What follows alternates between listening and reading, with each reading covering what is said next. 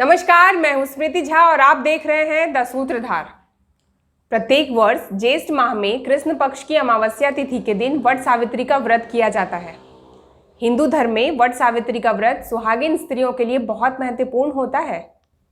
इस दिन सुहागिन महिलाएं अपने पति की लंबी आयु और संतान प्राप्ति के लिए व्रत करती हैं और सती सत्यवान की कथा सुनती हैं। आइए आपको भी सुनाते हैं सती व सत्यवान की कथा।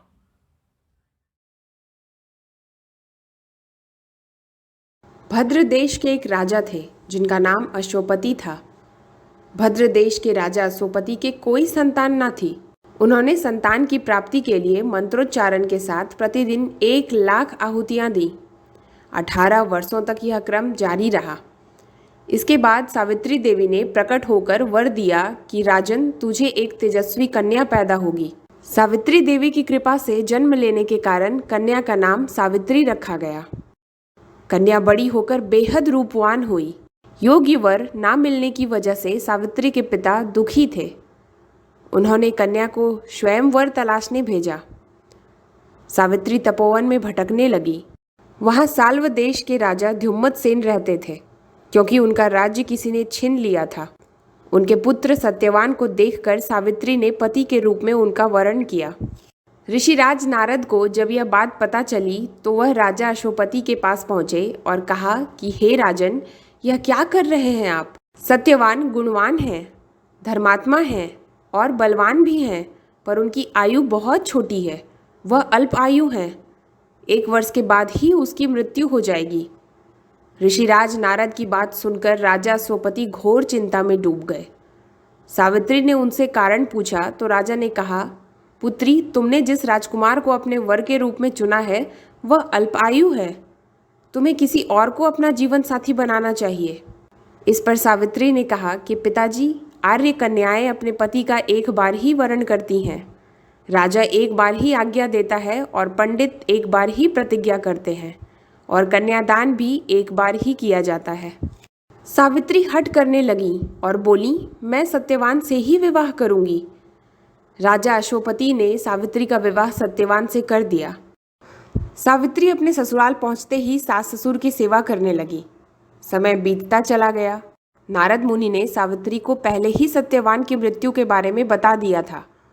वह दिन जैसे जैसे करीब आने लगा, सावित्री अधीर होने लगी। उन्होंने 3 दिन पहले से ही उपवास शुरू कर दिया।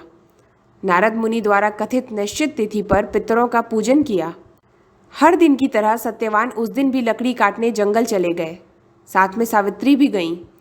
जंगल में पहुंचकर सत्यवान लकड़ी काटने के लिए एक पेड़ पर चढ़ गए। तभी उसके सिर में तेज दर्द होने लगा। दर्द से व्याकुल सत्यवान पेड़ से नीचे उतर गए। सावित्री को आभास होने लगा कि कुछ अनर्थ होने वाला है। सत्यवान के सिर को गोद में रखकर सावित्री सत्यवान का सिर सहलाने लगी। तभी वहां यमराज आते दिखे। यमराज अपने साथ सत्यवान को ले जाने लगे। सावित्री ने भी अब शरीर छोड़ दिया और उनके पीछे पीछे चल पड़ी। यमराज ने सावित्री को समझाने का प्रयत्न किया कि यही विधि का विधान है, लेकिन सावित्री नहीं मानी। वह यमराज के पीछे चलती रही। सावित्री की निष्ठा और पति परायणता को देखकर यमराज ने सावित्री से कहा कि हे देवी, तुम धन्य हो, तुम मुझसे कोई भी वरदान मांगो। सावित्री ने कहा कि मेरे सास ससुर वनवासी और अंधे हैं, उन्हें आप दिव्य ज्योति प्रदान करें। यमराज ने कहा, ऐसा ही होगा, जाओ, अब लौट जाओ। लेकिन सावित्री अपने पति सत्यवान के पीछे पीछे चलती रही। यमराज ने कहा, देवी, तुम लौट जाओ। सावित्री ने कहा, भगवान, मुझे अपने पतिदेव के पीछे पीछे चलने में कोई पीड़ा नहीं है। पति के पीछे चलना मेरा कर्तव्य है। यह सुनकर उन्होंने फिर से उसे एक बार और वर मांगने को कहा। सावित्री बोली, हमारे ससुर का राज्य छिन गया है, उसे पुनः वापस दिला दें। यमराज ने सावित्री को यह वरदान भी दे दिया और कहा, अब तुम लौट जाओ। लेकिन सावित्री पीछे पीछे चलती रही। यमराज ने सोचा कि सावित्री को और वर चाहिए, सो उन्होंने सावित्री को तीसरा वरदान मांगने को कहा। इस पर सावित्री ने 100 संतानों और सौभाग्य का वरदान मांगा। यमराज ने इसका वरदान भी सावित्री को दे दिया। सावित्री ने यमराज से कहा कि प्रभु, मैं एक पतिव्रता पत्नी हूँ और आपने मुझे पुत्रवती होने का आशीर्वाद दिया है। यह सुनकर यमराज को सत्यवान के प्राण छोड़ने पड़े। यमराज अंतर्ध्यान हो गए और सावित्री उसी वट वृक्ष के पास आ गई जहां उसका और उसके पति का मृत शरीर पड़ा था। सत्यवान जीवंत हो गया और दोनों खुशी खुशी अपने राज्य की ओर चल पड़े। दोनों जब घर पहुंचे तो देखा कि माता पिता को दिव्य ज्योति प्राप्त हो गई है और इस प्रकार सावित्री सत्यवान चिरकाल तक राज्य सुख भोगते रहे। देवी सावित्री ने अपनी पति परायणता व प्रेम से न सिर्फ अपने पति के प्राणों की रक्षा की बल्कि अपने लिए पुत्र, राज्य व सौभाग्य की भी प्राप्ति की। मान्यता है कि इस दिन व्रत करने से अखंड सौभाग्य की प्राप्ति होती है। वट सावित्री व्रत में स्त्रियां पूरे दिन उपवास करती हैं और वट वृक्ष एवं सावित्री सत्यवान की पूजा करती हैं।